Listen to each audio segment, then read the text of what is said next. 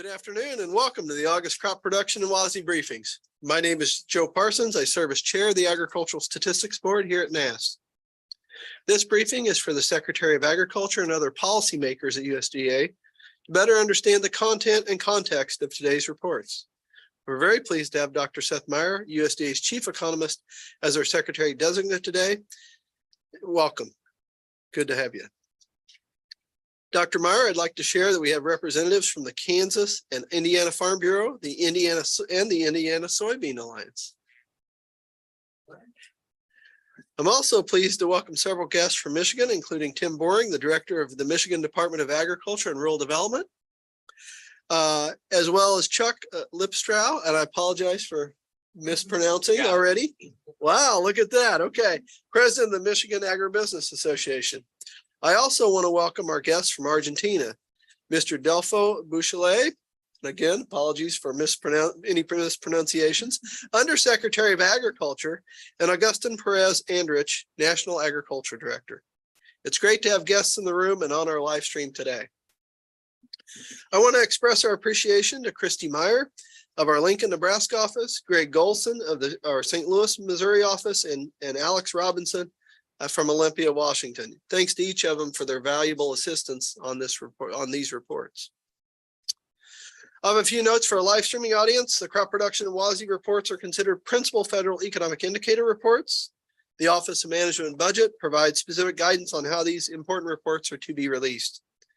OMB statistical policy instructs policymaking officials not to make public comment regarding the content of the reports within 1 hour of their release.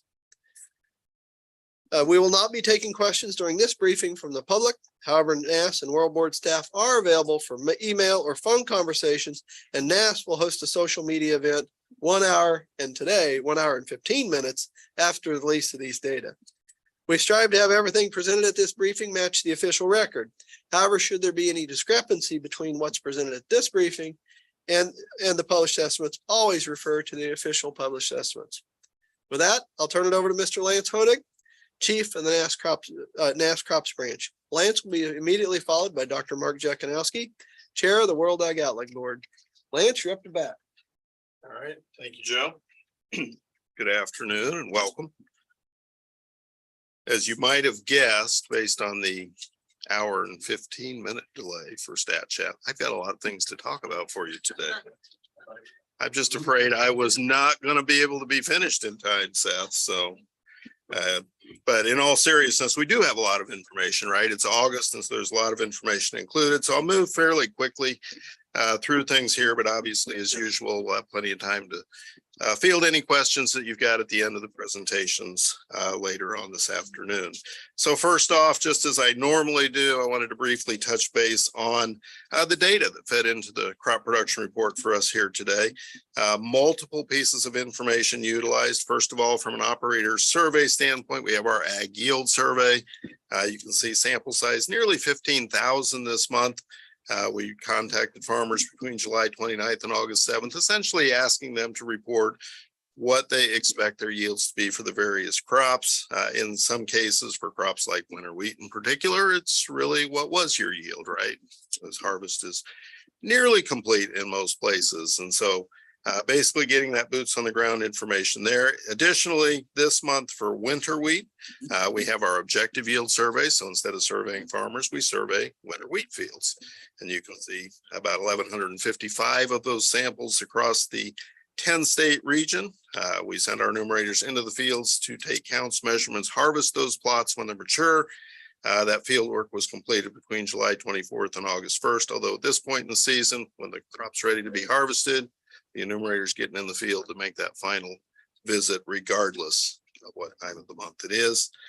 In addition to that survey information, we also have some remotely sensed information that we utilize throughout the Corn Belt in particular, primarily for the corn and soybeans. You can see the imagery we utilized this month ran through July 27th. And of course, that is primarily NDVI or vegetative index information that we model yields from.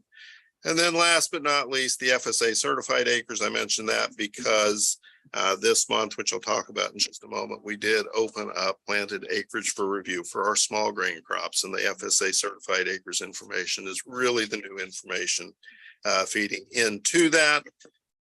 Very quickly here, just to give you a visual of how those sample sizes distributed across the states for the ag yield survey. The darker the color, the larger the sample, and you can see where those occur across the country. As I mentioned, we introduced some planted acreage review in August with this report. That'll be a regular event in August moving forward. So it's very similar to what we've done with the corn and soybeans, cotton, other major row crops in September. We're doing it for August for the small grain crops, really driven by the winter wheat.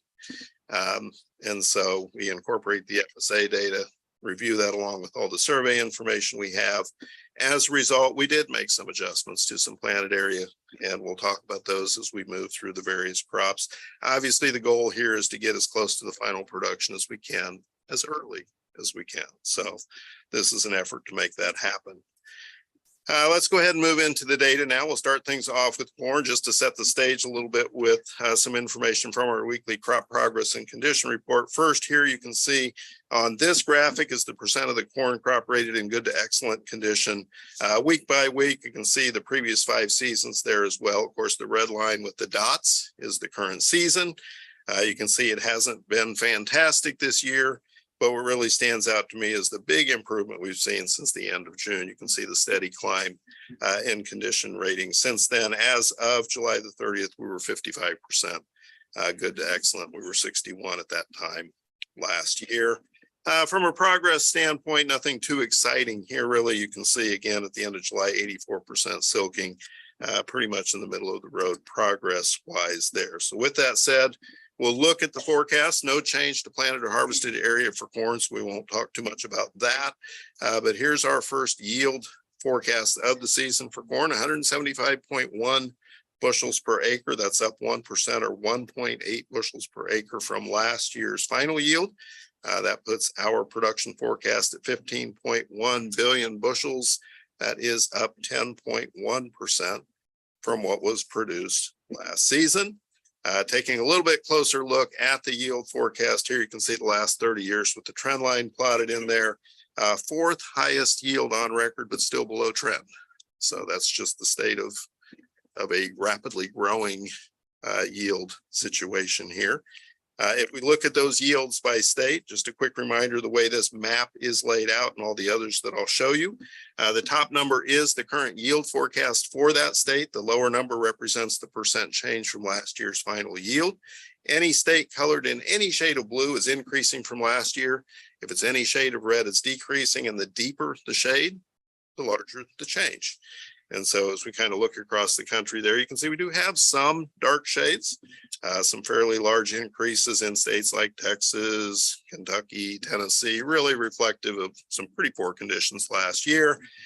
Conversely, if we look for the dark red, there is one dark red state, Seth. I think you know a little something about Missouri, but it's been tough out there, and that's reflected in what we see here. And even as we look kind of across portions of the corn belt, you can see some declines from last year and some bright spots. I think this map is very representative of the corn crop, not just maybe state by state, but it's varied, right? And that's kind of the corn crop, I think, this season. Taking a look at the production, how it compares over time. Here we're looking at the 2nd highest production on record. We're only behind 2016. We're at about 15.11 billion bushels. 2016 was 15.15. So we're pretty close to record high production this year. Next, we'll take a look at how today's production forecast for corn compares with published expectations. What you see on this graphic, each of those blue dots represents an individual industry member's published expectation for the corn production forecast. The red block is the NASS forecast. You see it drops right in the middle of the dots, so it does not appear to be a big surprise there. Next, we'll move on to soybeans. Again, just a quick look at some condition and progress information. This chart looks just like the one I showed you for corn. So that red line with the dots showing you we're 52% good to excellent as of July 30th. Again, a bit lower than we've seen in recent seasons. Progress looking middle of the road here, but you know, those 2 years that we're ahead of were pretty late planting in 22 and 19. So I wouldn't necessarily say we're that far advanced on soybeans this year. So let's move ahead and look at the forecast again, just like corn, no change to the planted and harvested area. So we'll jump straight to yield. We're forecasting 50.9 bushels per acre. That's up 2.8% or 1.4 bushels per acre from last year's final yield. So we're looking at a production forecast of 4.21 billion bushels, down 1.7% from last year, of course, due to the lower acreage this season compared with last. But like we talked about with corn, we're still looking at the 4th highest yield on record for soybeans in this particular case, pretty much sitting right on the trend line for soybeans. Next, we'll take a look at things state by state. Again, this map laid out just like the one I showed you for corn. A lot of delineation in this one, though. You've got the haves and the have-nots this year. As we look through the plains there with the big increases, again, as we talked about with the corn, probably largely reflective of some pretty poor conditions last year.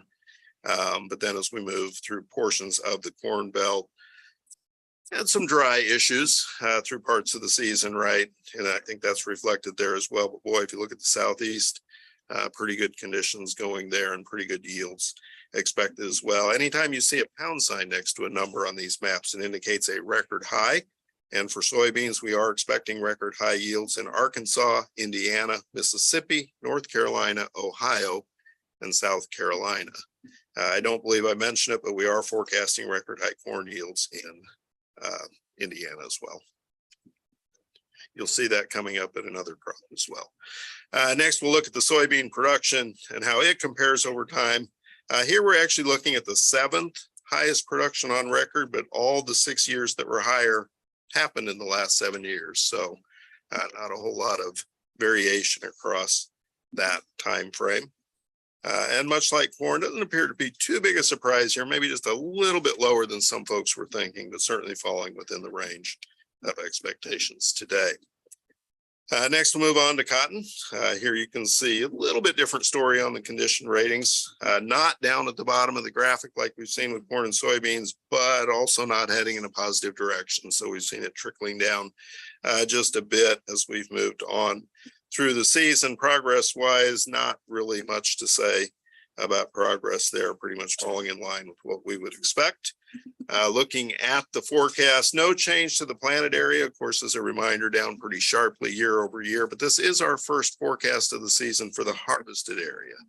And so you can see we're forecasting harvested area to be up 18%, even though planted was down 19.4%. Remember the horrendous situation we saw last year, in particular in Texas. So we are recovering or rebounding from that back to a much more normal harvested to planted ratio, in particular in Texas, pretty much in the middle of the road with what we would see in most years. Yield, we're forecasting 779 pounds per acre. That's down 18% year over year. Overall, our production, we're expecting 14 million bales. That's down 3.3% from what was produced last year and quite a bit below what was expected in the WASDE report last month. I'll just get that out there now. As we just take a very quick look at the acres again, just as I was kind of describing, you can see visually here that rebound from the disastrous situation with abandonment last season for cotton. Yield, big swing in the yield here. Remember, last year was a record high yield due largely to the high abandonment. Only the best acres left this year, again with the higher H2P compared to last year. A lot of that lower producing area is still in play. But overall, we are looking at the lowest yield since 2015. As we look at this on a state by state basis, here you can see declines across certainly the western portion of the growing area and some of the southeast as well. Of course, Texas by far our leading producing state. And again, yield expectations down sharply from the records that we saw last season due to that continued dryness and water concerns impacting cotton there. Looking at cotton production over time, like the yield, it's the lowest since 2015. But otherwise, you can see nothing standing out too much relative to the recent years. Something stands out a little bit on this next graphic as we compare with those published expectations. But again, you can see, I think they're anchored fairly closely with what was in the WASDE last month. Two factors here, if you look at the difference, both acres and yield. Again, as I mentioned, this is our first survey-based look at the harvested area. It's a bit lower than what was previously expected, as well as a lower yield. Next, we'll move on to winter wheat. Of course, here we can talk about harvest progress, because we're on a little different schedule here. As you can see on the graphic here, harvest was tough this year, really drug way behind, but we have kind of caught back up at the end. And it looks like we're kind of back on track there. 80% harvested at the end of July, 81% last year, 83% average. So I think we're hopefully going to get things finished out here in the next couple of weeks. So as we look at the forecast here, again, as I mentioned at the beginning, we did review the planted and harvested area as well. And so you can see we did make a slight adjustment downward on the planted area, 36.8 million acres now estimated to have been planted. That's down 195,000 acres, so fairly minor adjustment there, still up 10.6% year over year. Similar adjustment on the harvested side to account for those lower planted area. Yield, we're now forecasting 48.1 bushels per acre. That's up 2.6% or 1.2 bushels per acre from last month. Slight increase from last year. So overall 1.23 billion bushels now expected to be produced. That is up 1.7% from last month and 11.2% above last year. Just a quick look at the acres, since we did make some adjustments there. Just as we kind of talked about earlier in the year, you do see the big gap still between the planted and harvested area. Our harvested planted ratio 69.3%. As a reminder, that is the third lowest harvested to planted ratio on record and the lowest since 1933. Looking at yield, again, just a little bit of an increase year over year, but still below trend for the second consecutive season. Very quickly looking at, I got a couple of maps for you here. First of all, this map shows you the yield forecast and the percent change from last month. So here you can see, as we look at the darker colors, our friends from Indiana and Michigan are here. You know, you had a good winter wheat crop this year, and we found it. So that is a pretty big increase month over month. Honestly, I'm a little surprised it wasn't a little higher last month already. We heard nothing but good things out of that part of the country. You see a lot of pound signs on this map as well, because we are looking at record high yields in Illinois, Indiana, Kentucky, Maryland, North Carolina, Ohio, Tennessee, and Virginia. And just a quick reminder of how things look year over year for the winter wheat yields here.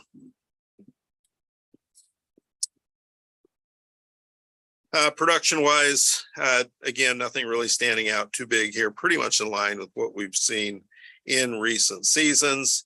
We do have a couple of graphics here showing you some information from our winter wheat objective yield survey. This first graphic here shows you the percent of the samples that were processed in the lab. In other words, we were able to harvest those plots. As you would expect this late in the season, you can see 94% of those samples were processed in the lab, pretty much in line with what we would expect to see this time of year.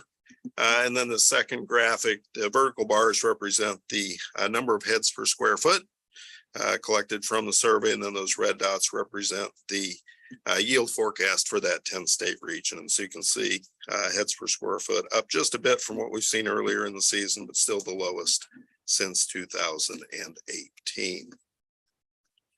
Looking at the wheat by class, production by class, you can see compared to last month, a slight increase in the hard red. The big increase really is in the soft red. Again, that eastern portion of the growing area that we talked about, up 4.2% month over month, and the white winter continuing to decline, just as we've seen year over year. It took another 2.5% off this month as they move well into harvest in that part of the country finally.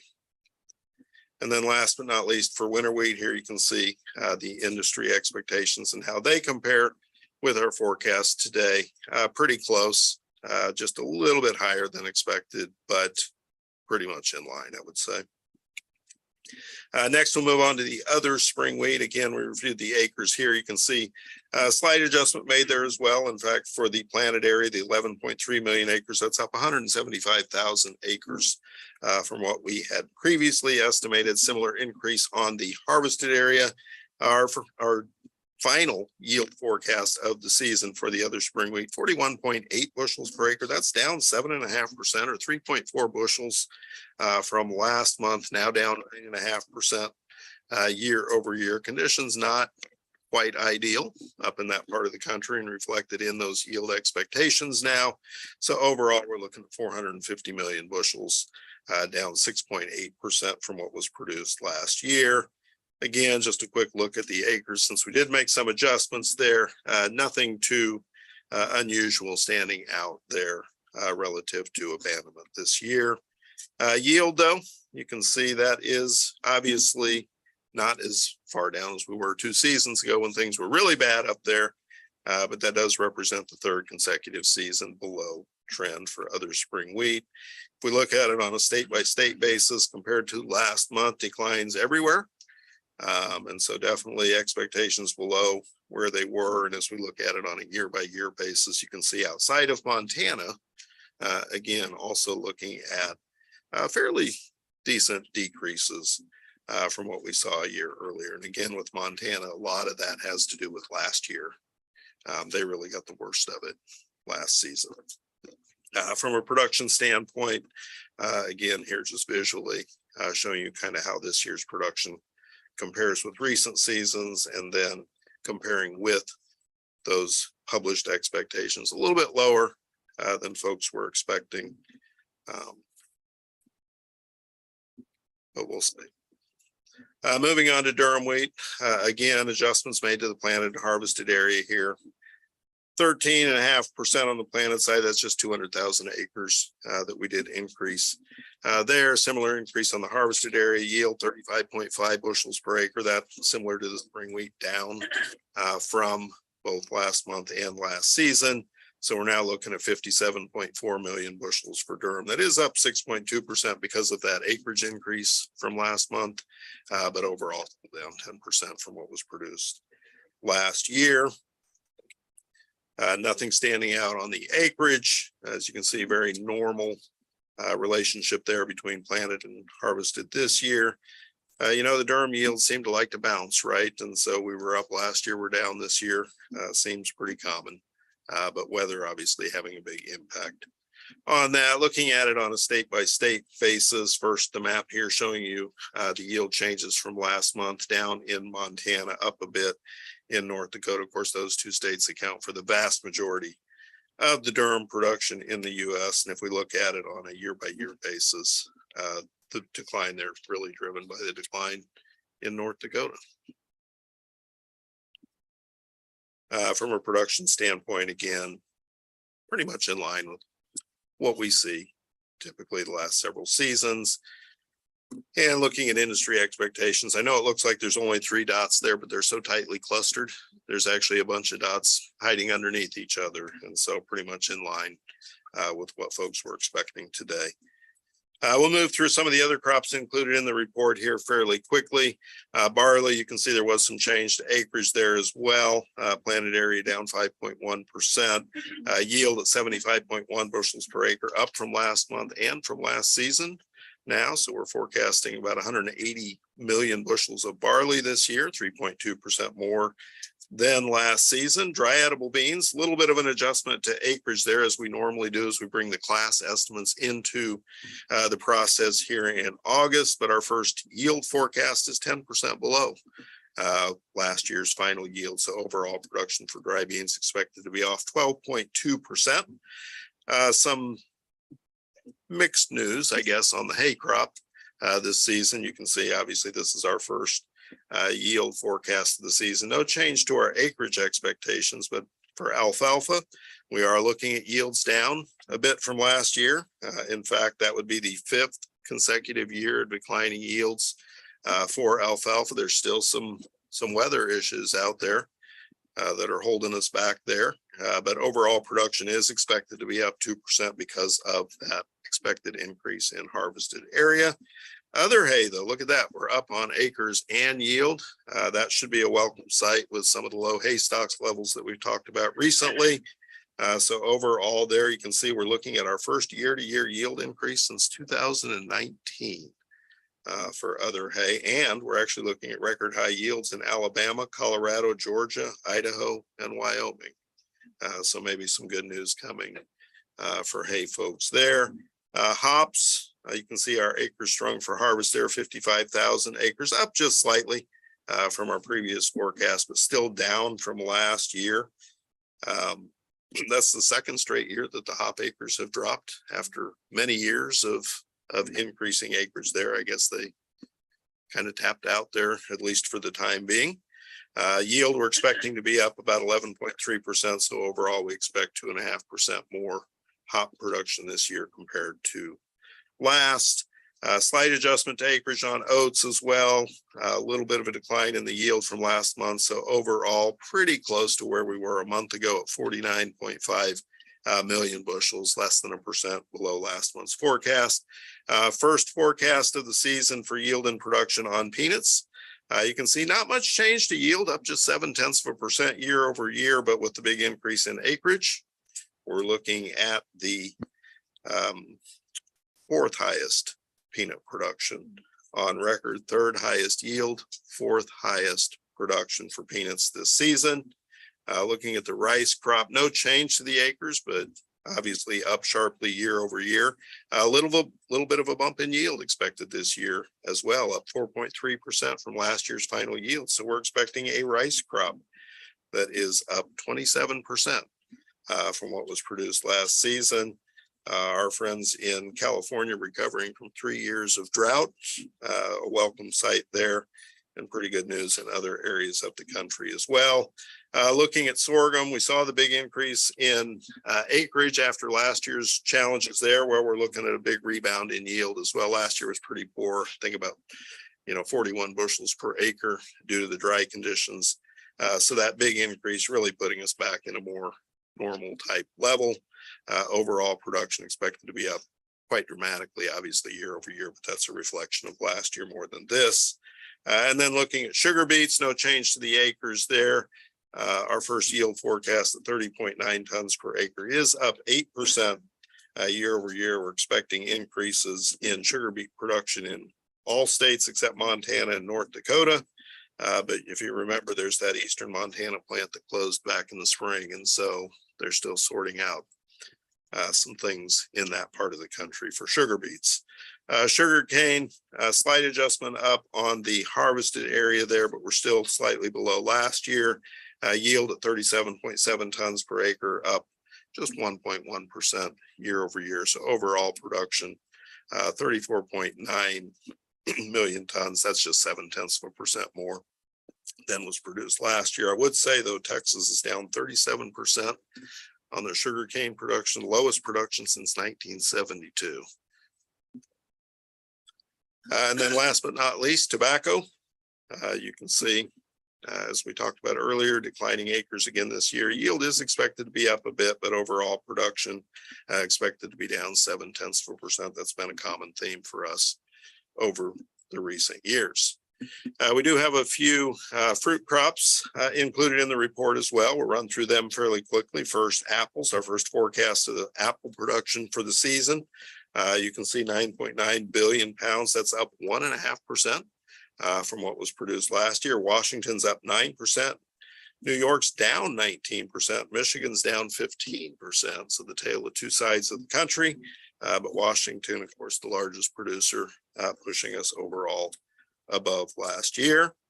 We have our cranberry forecast as well. You can see we're expecting that to be down 5.4% year over year. Our friends in Wisconsin looking at their fifth lowest production on record. And we're also down in Massachusetts this year. Grapes, you can see up 6.1% year over year. That's actually our first year-to-year increase since 2018. So good news for the grape producers there. Peaches, that's our first forecast for all the states this season, right? We saw California earlier in the season. Peach production, though, expected to be off 13.2%. That's the lowest production in more than 15 years. For peaches, a couple of problems happening there. Actually, in California, a little too much rainfall, believe it or not, right? And cooler than normal temperatures. That's not great for the peach crop. And then in the Southeast, both South Carolina and Georgia dealt with some freeze situations. And so overall, we're looking at a fairly big cut in peach production this season. And then last but not least, on the fruit crops and crops in general, pear production at 645,000 tons. That is up just slightly from last season, but it would still be the second lowest production since 2007. This next slide just highlights some of the upcoming reports over the next month. We've got our farm computer usage and ownership, cattle on feed, rice stocks, county cash rents, ag prices, and citrus fruits all coming out later this month. Then next month, of course, we'll kick things off with our regular care reports, including the monthly and annual grain crushings report. That's the one we moved from earlier in the season to tie in better with some of the work done with our friends over across the way here.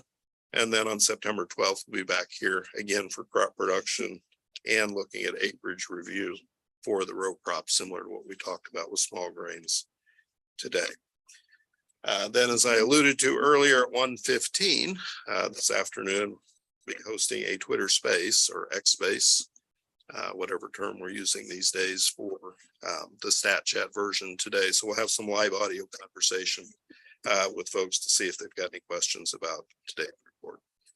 So that's the last slide I've got. I'll defer the rest of my time to Mark, and then we'll see what kind of questions you've got for us in just a bit. All right, thanks, Lance. 1:15, so you're not planning to stay for the rest of my presentation?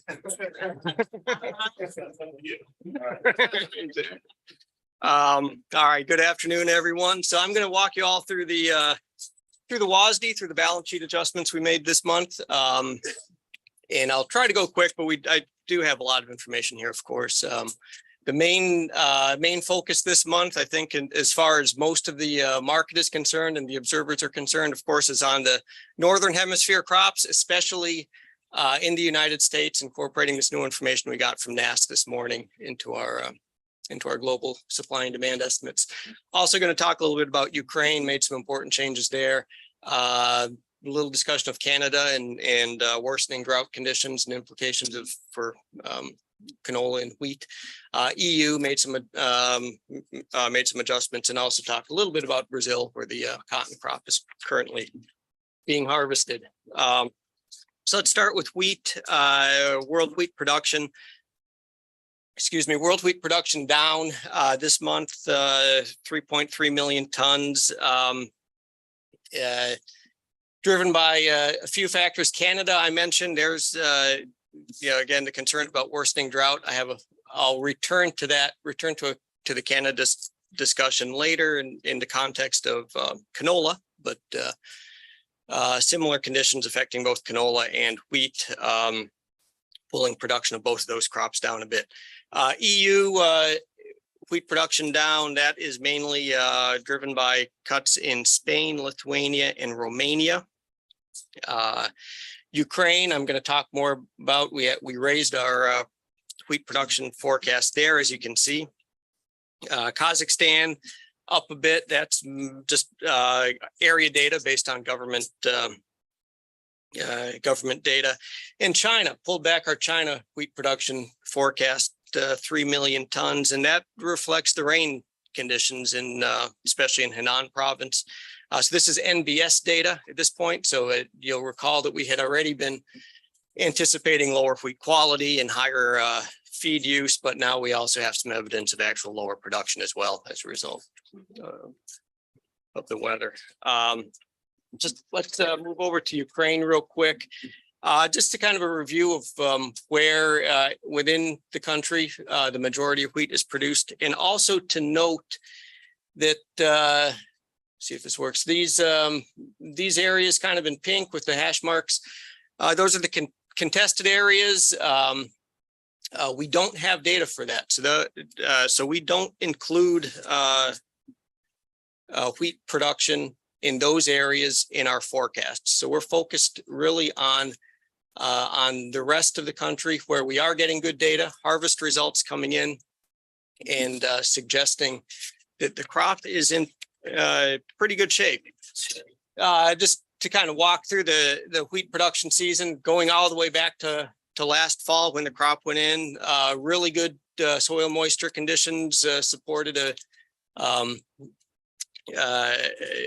good planting and establishment of the crop.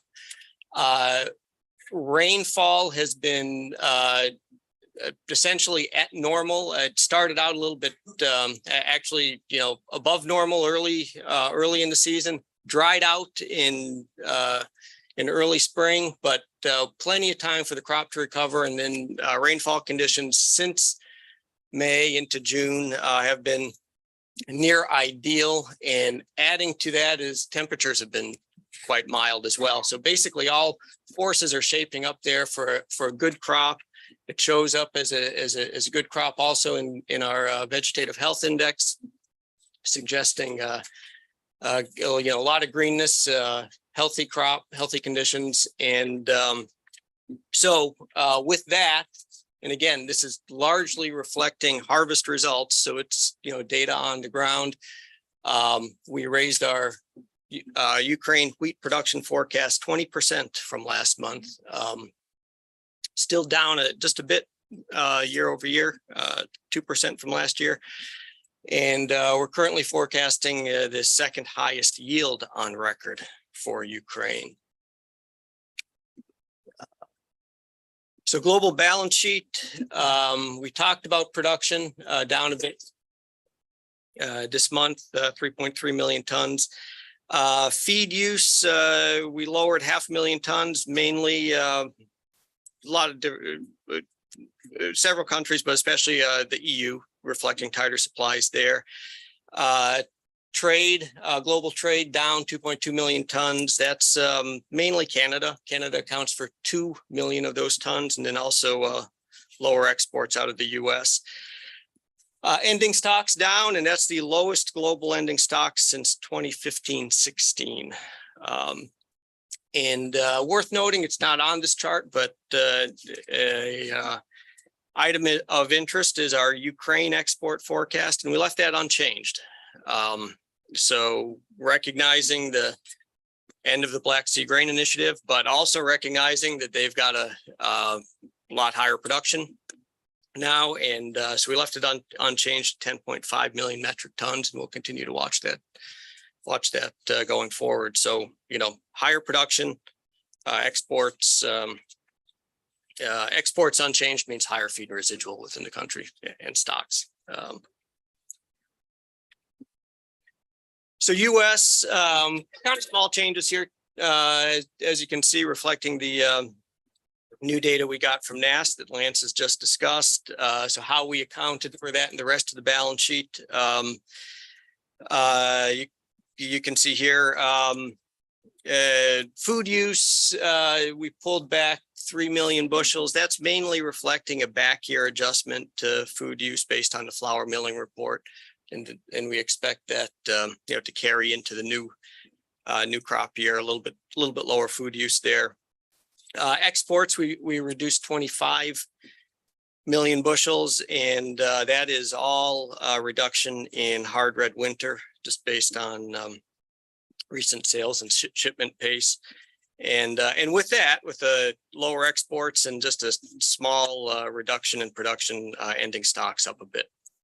No change to the season average market price.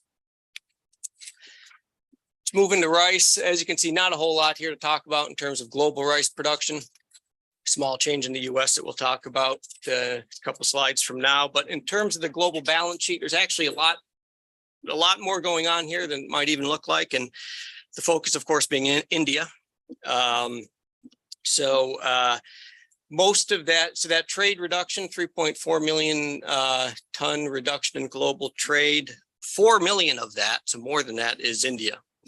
Lower exports out of India, then offset a little bit by higher exports out of Vietnam and Pakistan. But again, so the main story of for the rice global balance sheet this month is the India's ban on white milled rice, of course, excluding basmati and parboiled.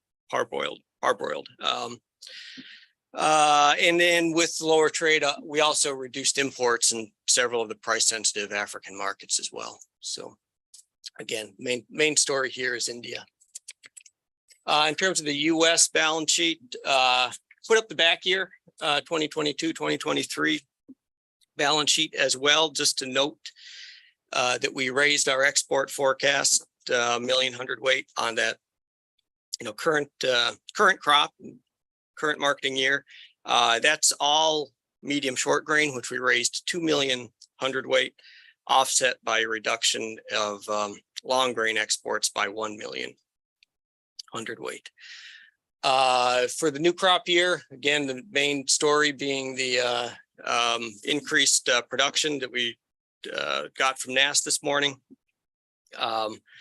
That raises production 2.6 million hundredweight, but with slightly lower beginning stocks, given the changes that we made to exports flat for the old crop year. Raises supply only 1.6 million hundredweight, which we just put right into ending stocks. So no reason at this point to change exports or any of the other components.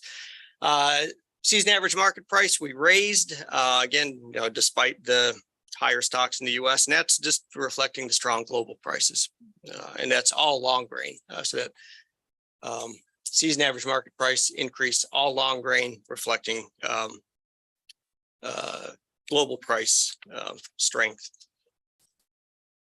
So moving into corn, again, I put up the back year here, and mainly to note the fact that Brazil, we raised our production forecast 2 million tons based on harvest results. Again, for folks in the room, it gets a little bit confusing. Brazil's crop currently being harvested is actually the old crop in our balance sheets.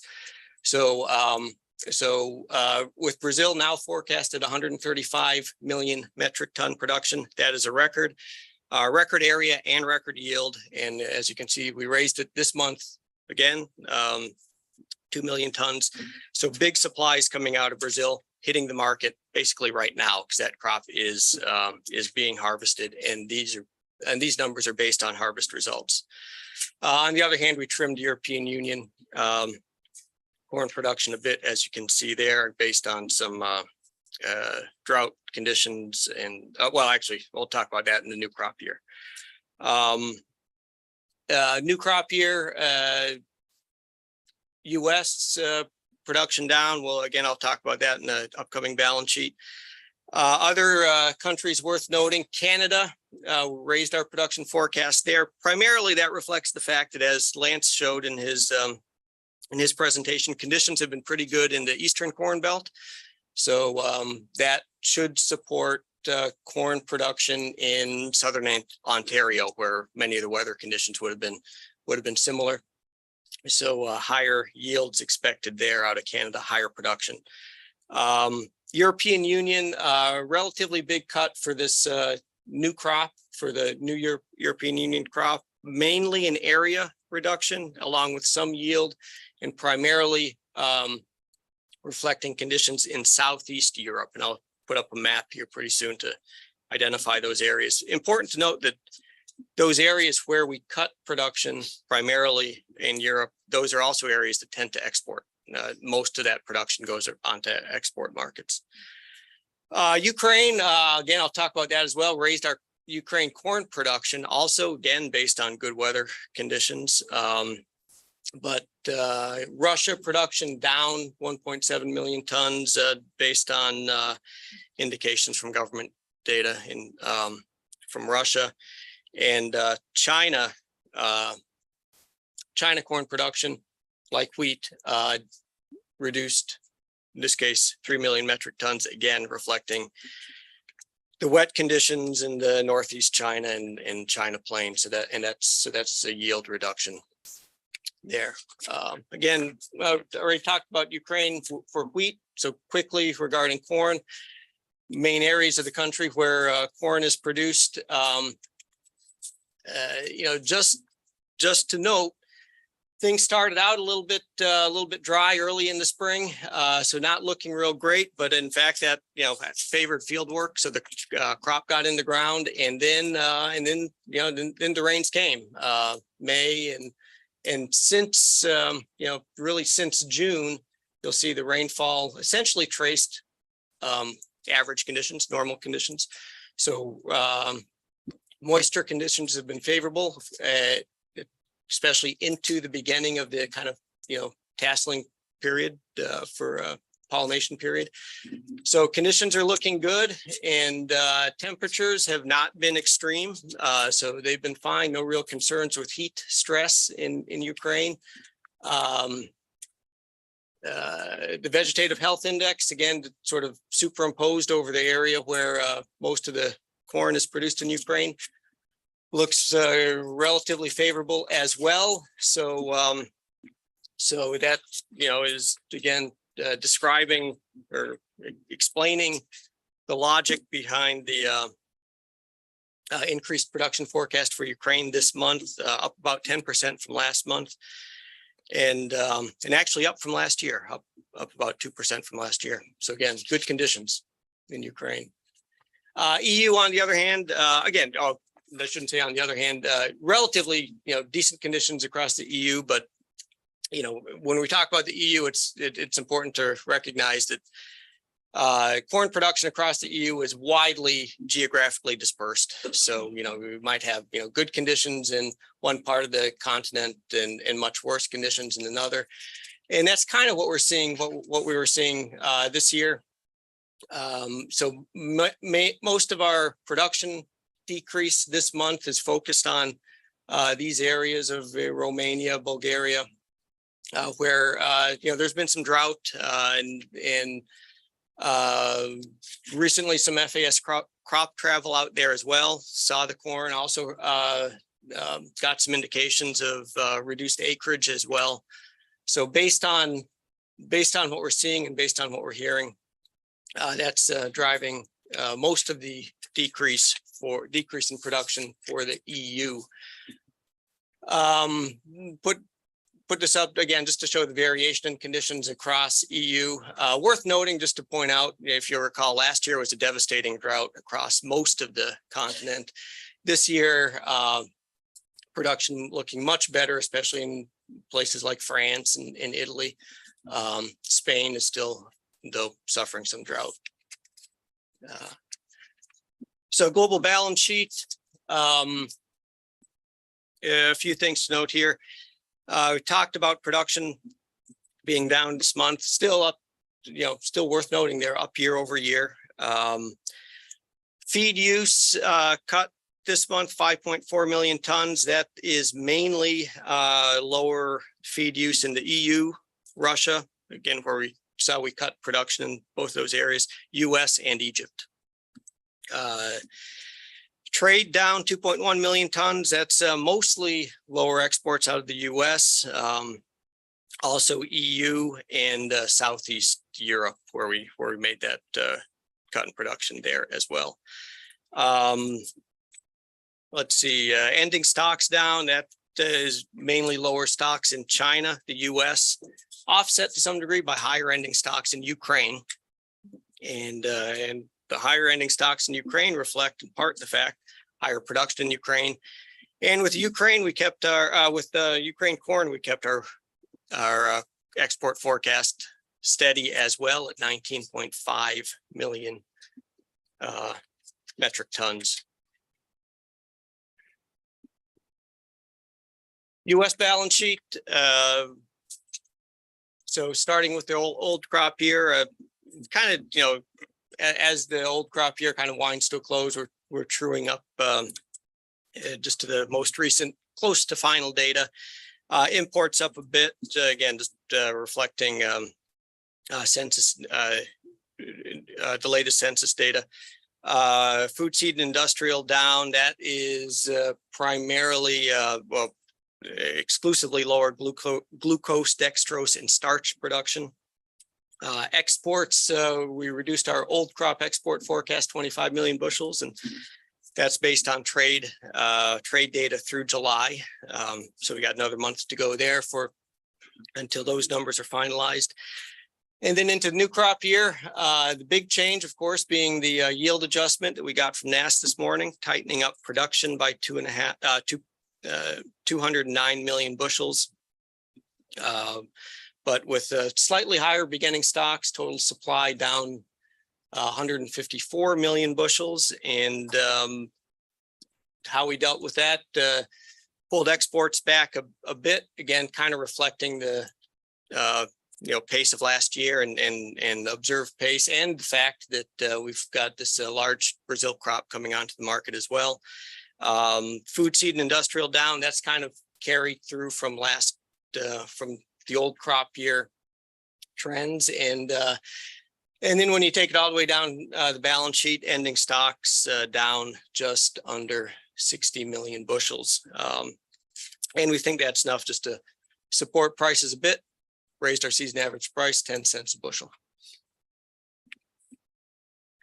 Moving into soybeans. With soybeans, it's really almost entirely a U.S. story here. Just worth noting, a couple countries that don't show up on the list. We have offsetting changes in higher production forecast for Russia, lower for the EU, that almost offset each other. But it's mainly a U.S. story, both in terms of production and in terms of the overall balance sheet. So that, again, the production reduction is all U.S. With a little bit of an increase in beginning stocks. So total supply down 2.3 million tons.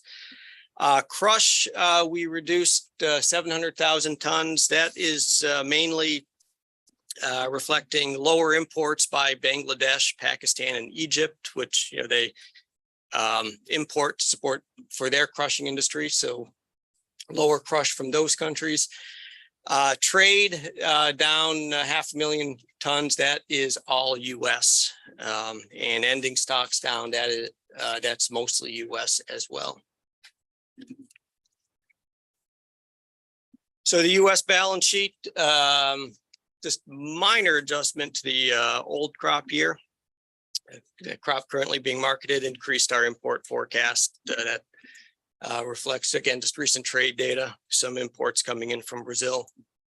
And then for the new crop year, main change being incorporating the new NASS yield information, tightening up production about 95 million bushels. Didn't change our crush forecast for the new crop year. Crush margins remain strong, supported especially by soybean oil prices and demand. Exports, we reduced 25 million bushels, as you can see there, based on just relatively slow pace and the tighter U.S. supplies. And again, for the rest of the balance sheet, a little bit tighter ending stocks, down 55 million bushels.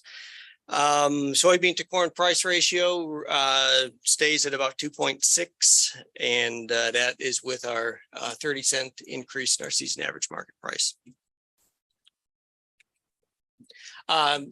Promised you a quick discussion of the drought situation in Canada. Thought I'd focus here on canola, but similar conditions for wheat. So these are the primary production regions for canola in Canada. And just worth noting, we've been watching the situation for a while. Reduced production last month, but conditions only worsened since July. Drought expanded, but it's worth noting here that the worst of the conditions are down here more toward the southern areas of Alberta and Saskatchewan. A little bit further north, which also corresponds with where, some pretty important canola areas, conditions aren't quite as bad. And that shows up a little bit better maybe in this chart. Just again, to highlight, the drought in Canada is severe, but as far as the canola production goes, many of the main areas have been spared the worst of the drought conditions. So, and also heat conditions have also been pretty extreme recently, but again, a lot of the main canola producing areas have been spared the worst of that. So we trimmed our canola production, our canola yield, as you can see, but still not anywhere near at this point the conditions that that they faced only 2 years ago, the drought conditions that they faced only 2 years ago. All right, let's move into cotton. Put the old crop up here again, just to note again, the old crop in Southern Hemisphere is the crop that is currently being harvested. And so here our forecasts for Argentina and Brazil are right up to date based on government data. Argentina, that's increased our forecast there based on, it's mainly an area forecast based on MinAg. And in Brazil, this reflects the latest CONABI forecast, and that is both area and yield. That crop is coming in pretty strong. Again, currently being harvested, so currently entering the market. On the new crop year, the main focus of attention is the U.S. large reduction there to 2.5 million bales, and also a little bit of a trim to Uzbekistan's production, reflecting very hot conditions, excessively hot conditions, even for cotton in Uzbekistan. Real quick, just a couple slides here on Brazil. Just again, since this crop is currently being harvested, just a quick note here on where within the country most of the cotton is produced in those two main regions. And harvest is underway, a little bit delayed. The whole season has been delayed. The crop went in a little bit late, but the yield is coming in very strong, about 18% above last year's crop. So so the delayed harvest certainly shouldn't have any real impact on the production level, but the crop is looking good with really good weather conditions and harvest conditions as well.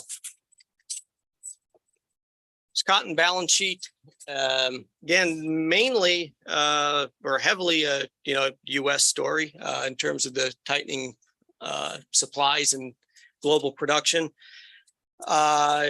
Raised our consumption, global consumption forecast, 500,000 bales. That is mostly China. Raised it for the old crop for the back year as well.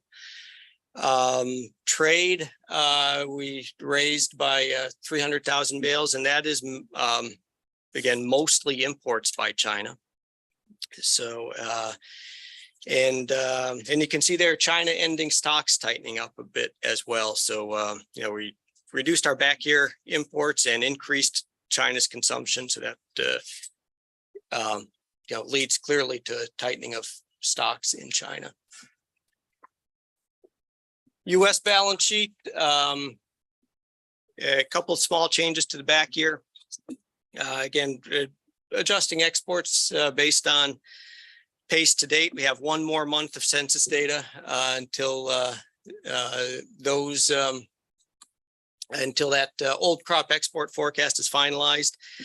And then you also note there we have a little bit of an adjustment to our unaccounted, various data anomalies adding up to a little bit more of an unaccounted here than we had been anticipating. But what that means is a little bit of a bump in ending stocks carries through to an increase in beginning stocks into this new crop year, which is also then combined with a pretty sharp reduction in production that Lance had discussed just earlier.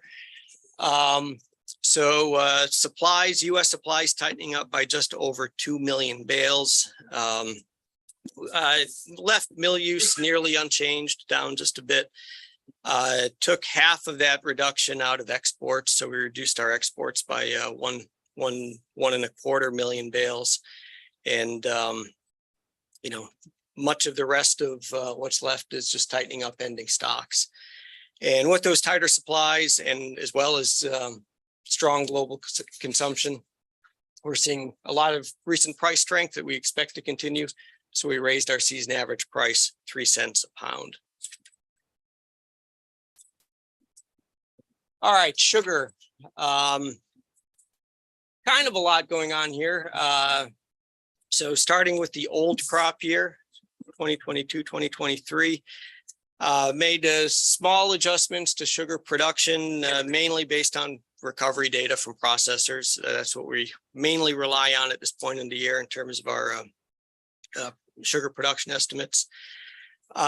Fairly big changes on the trade side for sugar, especially with regard to sugar imports. And as you can see, kind of starting with raising sugar imports for re-export by 75,000 short tons. That primarily reflects the fact that we had a big influx of imports right after the July WASDE, and so we're accounting for that.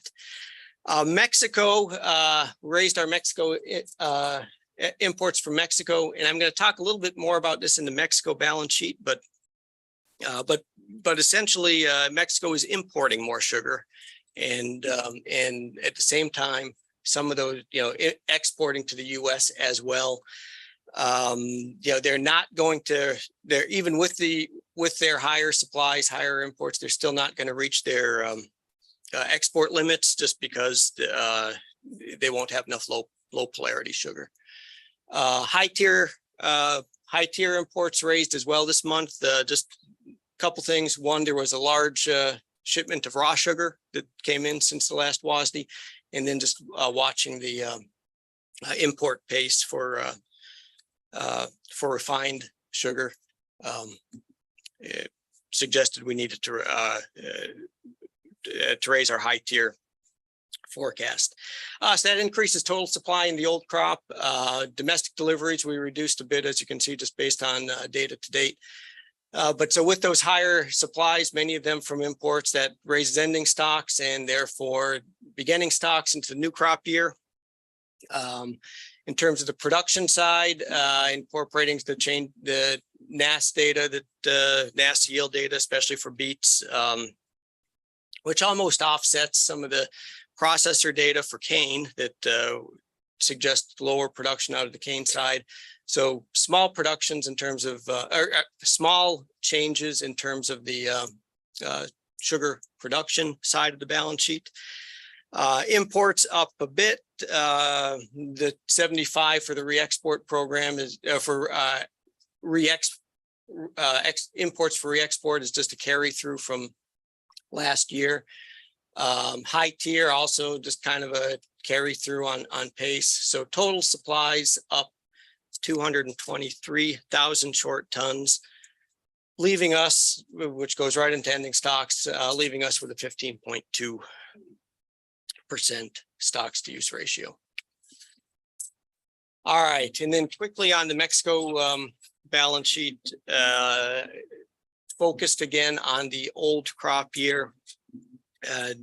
Main story here being that we're seeing a lot more imports into Mexico reported by other countries that are selling into Mexico.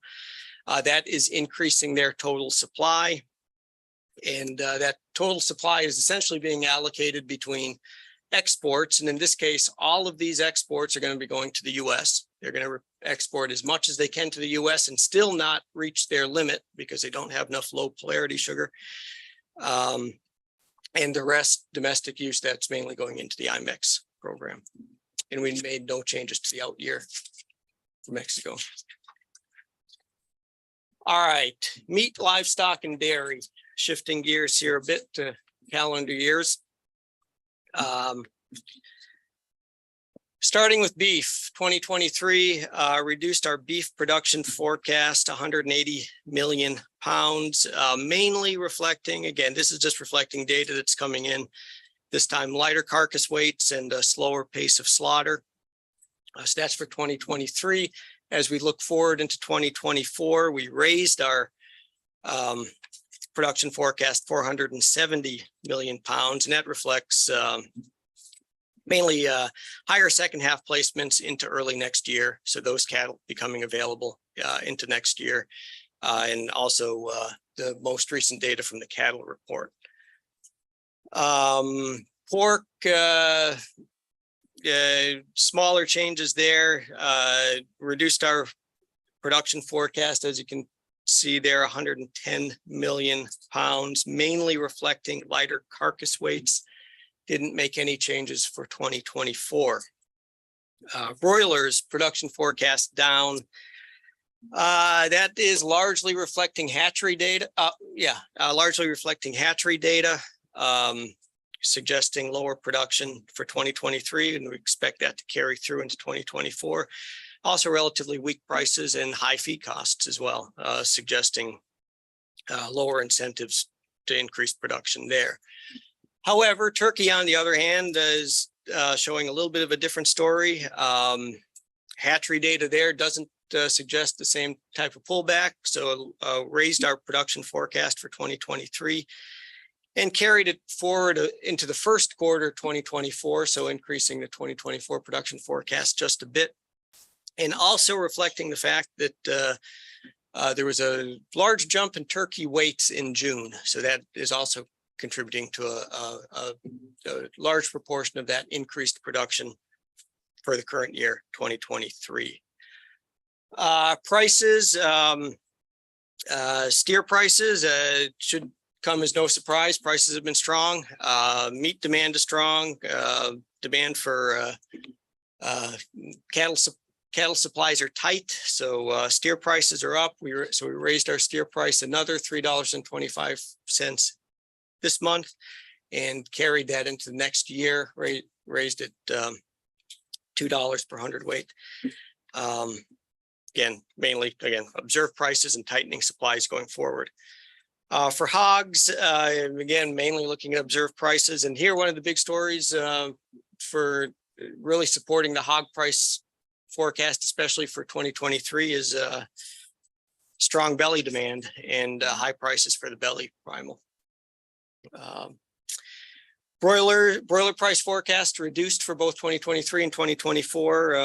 Again, just relatively weak demand that we're seeing and observed prices.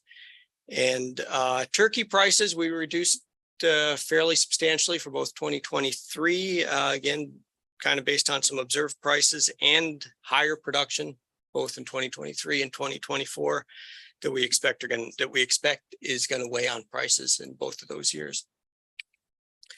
In terms of meat trade, really not much to talk about here. Small changes, just kind of truing up to June for 2023, truing up to June trade data. And for 2024, turkey up a bit, just reflecting higher production there. But these are small changes, so not worth going into a lot of detail. Dairy, on the other hand, a few interesting things going on here.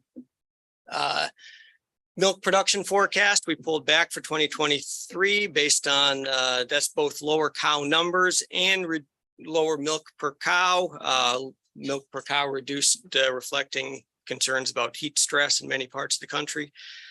In 2024, we also reduced our production forecast, 100 million pounds there, and that is all in reflecting lower cow numbers. Imports and exports, fat basis, imports down, that's lower imports of butter and cheese, despite strong demand, especially for both of those commodities. Imports have been coming in relatively slow, and exports are down as well, and that is also primarily butter and cheese. On a skim solids basis, exports lowered on mainly exports of cheese and whey. Finally, quick discussion here of dairy product prices. Mostly up, as you can see. 2023, we're really looking at observed prices, and cheese prices have been strong. So raised our prices for cheese, butter, non-fat dry milk. Strong demand for butter despite relatively high stocks and supplies.